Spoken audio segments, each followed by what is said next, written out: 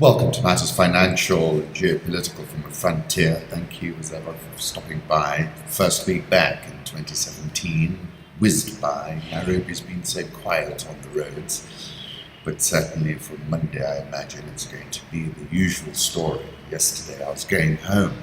The road home goes through old coffee estates.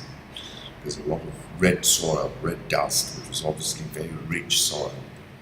It gets chaotic, people go off the road and you think you're in some kind of Mad Max world on the journey home. So yesterday it was the Mad Max light expedition of the Soyuz TMA-20M landing. I just like the balloon, makes me feel on top of the world. It reminds me of that great song by Kanye West, the one with Luke Fiasco, Touch the Sky. Macro thoughts Russia ruble rises beyond 60 for the first time since July 2015, default risk in freefall. And these market signals confirm what I was writing about, which was Putin's parabolic rebound. Eva very kindly listened to my podcast yesterday and was talking about the cities I'd grown up in, London and Mombasa. And she said, thought you might enjoy these photographs I took in London in December. And I certainly did. Thank you, Eva. For some reason, I think it was because Eva was in Russia, I went back to Alexander Pushkin, who I read many years ago. And one of his fantastic short stories is about the adopted black son of the Tsar. All the ladies wanted to see Le Nègre du Tsar at their houses, and they vied with one another to catch him. He goes to Paris at one point and falls in love. The same night he left for Russia, is now out of love and he's leaving. He's still in love, but he has to come home. The journey did not seem as terrible as he had expected. His imagination triumphed over reality. The further he got from Paris, the more vivid and the closer did the objects he was leaving for ever present themselves to him.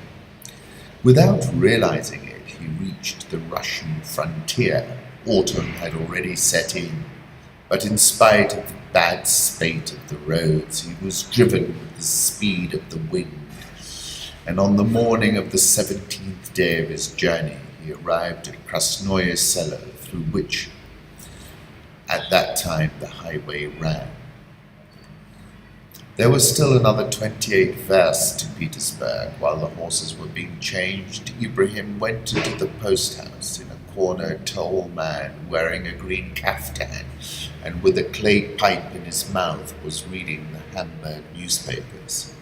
Leaning with his elbows on the table, hearing somebody come in, he looked up. "Ah, Ibrahim," he cried, rising from the bench. "How are you, my godson?" Ibrahim, recognizing Peter, rushed forward to him in delight, but respectfully stopped short. The Tsar drew near, embraced him, and kissed him on the forehead. "I was told you were coming," said Peter, "and came here to meet you. I've been waiting for you since yesterday." Ibrahim could not find words to express his gratitude. "Order your carriage to follow on behind," the Tsar continued. "You come and sit with me, and we'll go home." And then, incredibly, via Peter Frankopan, whose book I read earlier this year, it's really an extraordinary good book. I've been contacting him over social media. I want him to talk about what's happening now. His book is a wonderful sweep through Middle Eastern history, recenters the center of global economic gravity in that period, right in there. Makes some great points. But yesterday he tweeted Soviet visuals, retweeted Soviet visuals, bongo drums competition, televised Soviet talent show, Come On Girls, 1985. You've got to watch it, it's fabulous. Then he says, true, big surprise to spot Putin at the 23 and 25 second mark in the front row of saxophones. Nothing the man can't do. And that little piece, that 1985 Come On Girls, is marvelous. You know, sometimes these pieces of film really take you right back in a way nothing else can.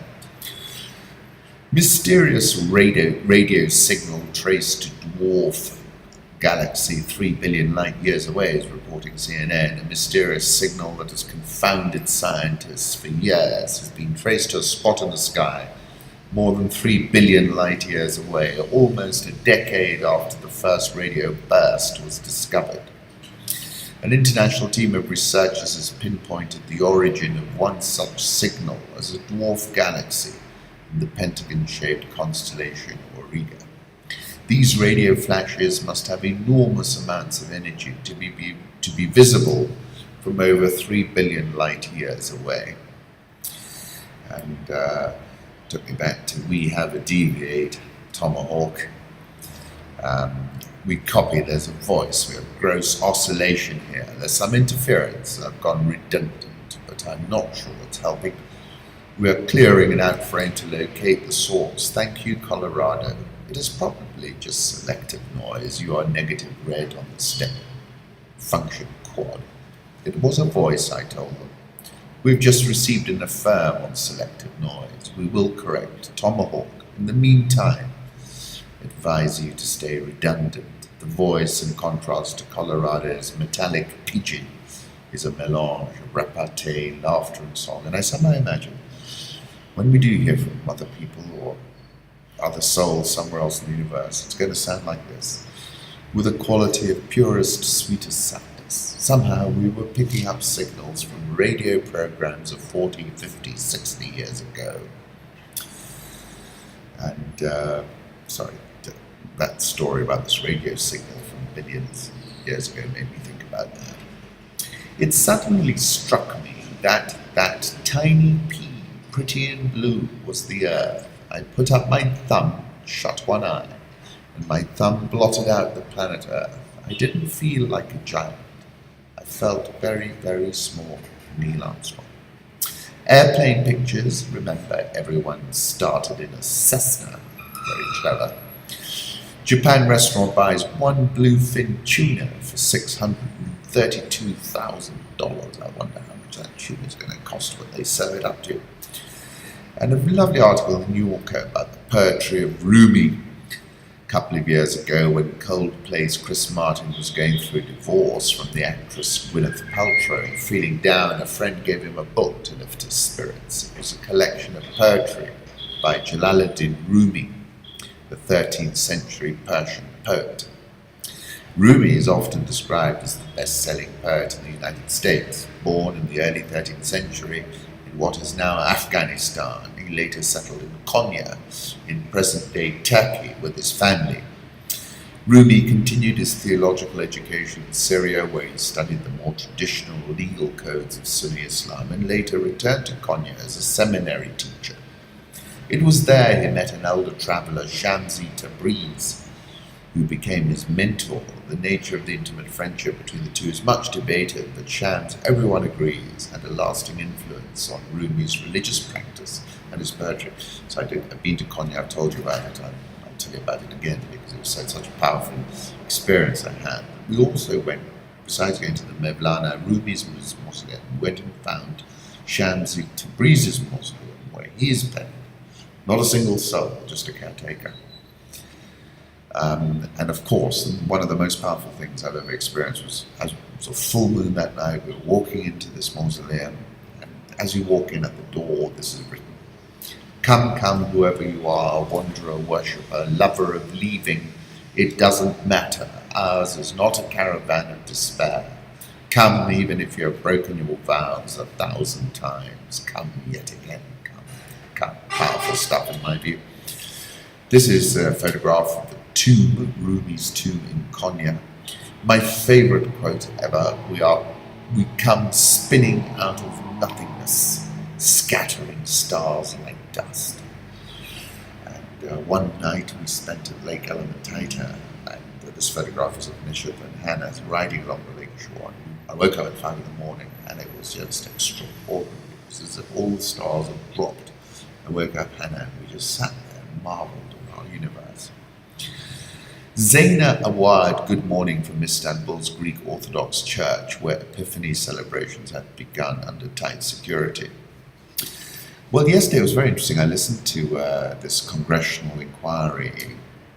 The point that I think we've got to first take is John McCain added the point of the hearings was not to question the results of the election. So once you narrow that scope, of course, you reduced a lot of excitement about it. But I think that was a political decision and one has to respect it. McCain, after his suggestion that the Russian role was historic in nature, quickly added that the point of the hearings was not to question the results of the election.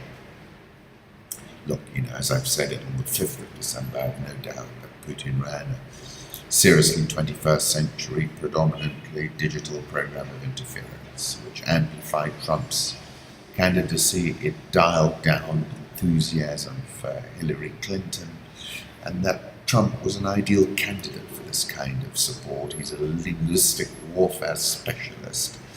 Look at the names he gave his opponents: Crooked Hillary, Lying Ted, Little Marco, Low Energy Jeb. They were devastating and terminal. And as I said that day, Putin's not going to put his hand up and say it's me or put his fingerprint on it. It's evidence, right? And that's the first point, plausible deniability. And the second point is non-linearity. You have to navigate what a digital system is naturally linear. You've got to navigate it in a non-linear manner, which they're very effective at doing.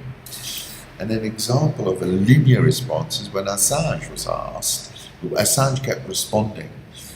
Russia did not give WikiLeaks the hacked information. Now, this is a linear response. Maybe they were not the person who handed it over, but they handed it over to somebody else. Intel reports as US identifies go-betweens who gave emails to WikiLeaks. There you go. That's the non-linearity about which I'm speaking. Trump's trade team suggests his hard-nosed campaign talk was no bluff. We'll find out. Have a look at this from Georgy Kanchev. Trump's tweet game analyzed. And it's been a phenomenal tool, hasn't it, of political communication. It's just amazing. Trump is a linguistic warfare specialist, as I said. Gary Kasparov has written an interesting piece. The US doesn't have a problem with Russia, it has a problem with Vladimir Putin. I think Gary Kasparov, frankly, has a problem with Vladimir Putin. But he makes some very important points, saying Putin's background as a career KGB officer means he takes a particular interest in operations dealing with the organization's specialities of disinformation and manipulation. KGB is called the FSB these days, a makeover that made sense after the Soviet Union collapsed in 1991. And what I think is this, that I think Putin has been there, ever since he took the handover from Yeltsin, if not before, and I think he is the most astute. I called him a geopolitical grandmaster. I wasn't exaggerating, I don't think. I think he has learned. They keep saying he doesn't know anything about the American system. He's learned the whole thing inside out and has intervened in such a delicate way where people can't pin it on him, but you know it's him, and he probably wants you to know that he knows you know it's him. A very interesting piece by Robert Fisk. We do not live in a post-truth world, neither in the Middle East, nor in the West, nor in Russia, for that matter. We live in a world of lies, and we always have lived in a world of lies. Just take a look at the wreckage of the Middle East with its history of people's popular republics and its hateful dictators. They feast on dishonesty, although they all, bar the late Muammar, demand regular elections to make believe their way back to power. Look at Israel, the new US ambassador to be, who might as well be the Israeli ambassador to the US. Can't wait to move the American embassy to Jerusalem. He seems to feel more antagonism towards the Jewish left in America than the Palestinians who claim East Jerusalem as a capital and whose state he has no interest in. Will Trump, now this is interesting, will Trump enrage the Arabs, or will he get away with a little domestic rearrangement of the Israel embassy on the grounds that the Gulf Arabs, at least, know that Israel's anti-Shiism against Syria, Iran and Hezbollah fits in rather well with the Sunni potentates who've been funding ISIS and Jabhat al-Nusra and all other jolly jihadis. I think it's going to inflame the situation if they move leave that embassy. I've never accepted the nonsense about Nazism and the American right. Trump is not Hitler, although there is a kind of theatrical fascism about his performance. He's more buffoon than satanic, more Duce than Führer. Cesare Rossi, an early collaborator of Mussolini, once described his leader as moving quickly from cynicism to idealism, from impulsiveness to caution, generosity to cruelty, moderation to intransigence. It was as though he never knew his genuine self and was always striving after some counterfeit impersonation. Could there be a better description of Trump? Fisk asks. Let's move on to the markets, and there's been plenty going on in something that I was speaking about at the year end. The Chinese yuan action, they've stuck up the overnight rate, making it penal to borrow yuan in order to short it. Is an old Jean-Claude Trichet playbook when he was the central bank governor at the Banque de France. And so far, China has the firepower, trillions of dollars, gives it a lot of room. But it's a very similar playbook, pie ball and eyeball. Overnight rate now over 100%. Look at that. That's from David Inglis. China's epic short squeeze is back. They did it a while back. Jamie McGeever. Then what this did was strengthen the dollar, right? This is the catalyst for all the market action we saw yesterday. It weakened the dollar. Pushed up all the yen, etc., and crashed Bitcoin. Bitcoin crashed below $1,000 as China drives yuan higher by most since 2005. Jamie at Reuters says in the last 5 years, Bitcoin has had 8 falls of 20% or more, so this was one of those. 20 falls of 15% or more, 38 falls of 10% or more. PBOC strengthened the yuan fixing by the most in 11 years. Kim.com says it's profit-taking normal after such a rally. Just buy Bitcoin and don't look at the price for a year. Trust me, I tend to agree with them. And I responded by saying yesterday looks like an entry opportunity and was triggered by the spike in the yuan overnight rate. It's a washout of weak longs. And my optimal portfolio at this moment looks like this, as I said at the end of the year, and it remains like that. Long Bitcoin, short gold and spread. I think Bitcoin is a proxy for Chinese capital flight, and that Chinese investors have turned to Bitcoin as the yuan has weakened. Let's move on to the currency markets and take a look at that. Euro dollar 105.86, dollar index 101.68. Remember, we're above 103 a few days ago. Japanese yen 116.15. Swissy 1.0117, the pound 123.76. Data coming out of the UK is considerably stronger, but it's not having an impact on the price of the pound at the moment. Aussie 0.7319, India rupee 67.855, South Korean won 1191.53, the Real 319.91. That's been strong, and of course was the third best performing currency last year. And then the Egyptian pound 18.0715, South African rand 13.6402. That's remained pretty well behaved. Dollar traders challenging Trump rally thesis for the first time. This is a small correction in the scheme of things. We're going to turn and go north again in that dollar index, but you can see a little bit of profit taking. Euro dollar 105, where are we? 87. My target is 0.90, point of fact. Gold, now that's climbed a little bit, 1174.77. Got a little bit of a pop. That's on the Chinese move, and I think some folks had the trade on I've got on, which is Bitcoin versus gold. Wanted to cheat. Emerging markets. This is fascinating about Emirates. For every flight departing Dubai as cabin crew head to their airplanes, the last room they traverse is a hall of mirrors. In their 5th week of training, women hired as flight attendants at Emirates spend a day in Dubai with Pamela Mitzi, a makeup artist from Malta who spent 12 years in the sky herself.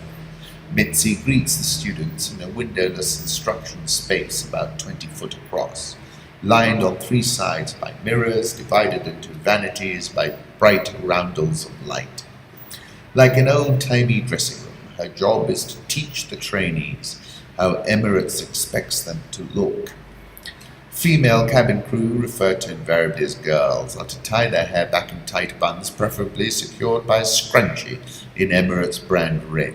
For makeup, a 7-step process is recommended, starting with foundation and concealer, then moving on to lipstick, also in pre-authorized shades of crimson. At the back of Mitzi's classroom are 2 display racks of Emirates-approved emoluments. 4. Body shaping, firming, wrinkle control, and luminosity. There you go. By the time crew members reach Mitzi's classroom, they have moved into Emirates-managed apartments with Emirates-imposed curfews, travel to work in Emirates-branded minibuses, and see Emirates-employed doctors at in-house Emirates clinics. They've done a tremendous job on that airline, haven't they? Let's move on to Africa. An exit plan for Congo's Kabila, asks the New York Times. Either President Joseph Kabila honors the deal, in which case he steps down at the end of the year, elections are held, political prisoners are freed, and a political crisis is averted, or he uses the time to figure out how he can keep clinging to power. At this stage, nobody knows what it will be. As Jeffrey Gettleman reported in the Times, Mr. Kabila, who has already overstayed his term in office, is probably not interested in remaining president for life. Holed up in his Kinshasa mansion, he has shown little interest in ruling Congo, and he has already looted his resource-rich country of untold millions. But like many other rapacious strongmen, the president, who is 45, is also keenly aware that his loot and his life are safe only as long as he has the presidential levers and guns to preserve them. So there's every reason to be skeptical that Mr. Kabila will honor the deal. In fact, while members of both his and the opposition party have signed it, he has not, thinking perhaps that he can kick the can down the road, and that a solution that preserves his power will pop up. It is therefore up to the bishops, the opposition, the United States, and others interested in bringing a modicum of democracy to Congo to persuade him that he has been offered the best and only available exit plan. The fact of the matter is, he has no good exit plan. He has little interest in respecting this agreement, said Jason Stearns. Not all negative about the deal, saying it was astounding that Mr. Kabila's side had agreed to important concessions, such as appointing a member of the opposition to the new Prime Minister and not changing the constitution so that Kabila could run again. I think round 1 in the battle for the street goes to President Kabila. In June 2016, he outwitted Moise Katumbi by removing him from the street in the Congo entirely. So that was a cleverly administered technical knockout. According to Gettleman, Moise is staying somewhere in Brussels. And why I focus on the street is that because of that Virilio quote I like, the revolutionary contingent attains its ideal form, not in the place of production, but in the street, where for a moment it stops being a cog in the technical machine and itself becomes a motor, a machine of attack. In other words, a producer of speed. Regarding the crisis in the Gambia, Alexis Okiowo, who writes in the New Yorker, says in this kind of crisis, the African Union has not usually been of much help. The motto seems to be misrule and let misrule. Barrow is supposed to be inaugurated on January the 19th, which is also the deadline ECOWAS has given Jammeh. I think Jammeh is on his way. Dollar versus Rand, as I said, 13.64. Look at the chart. Looking quite strong, the Rand. Can't write it off this year, I don't think. Egyptian pound, that's also firm at 18.0715. Nana Akufo-Addo, one more day to the 2017 presidential inauguration. I'm looking forward to change. He's tweeted, I think I wrote on the 12th of December, trend change is at hand.